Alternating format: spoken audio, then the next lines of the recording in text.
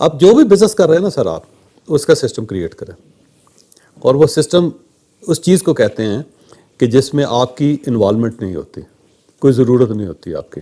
آپ ہیں یا نہیں ہیں وہ چلتا رہے گا۔ اگر تو یہ ہو جائے تو بیسٹ ہے،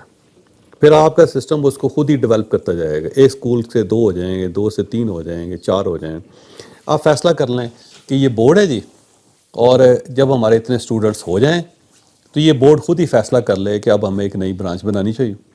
اور اس کے یہ ایس او پیز ہیں، اور اگر اس کرائٹیریا پہ پورا اترتے ہیں تو بنا لیں،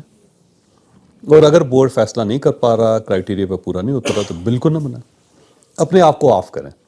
مشینیں آپ نے فیصلہ کر لی، جو گورا ہے نا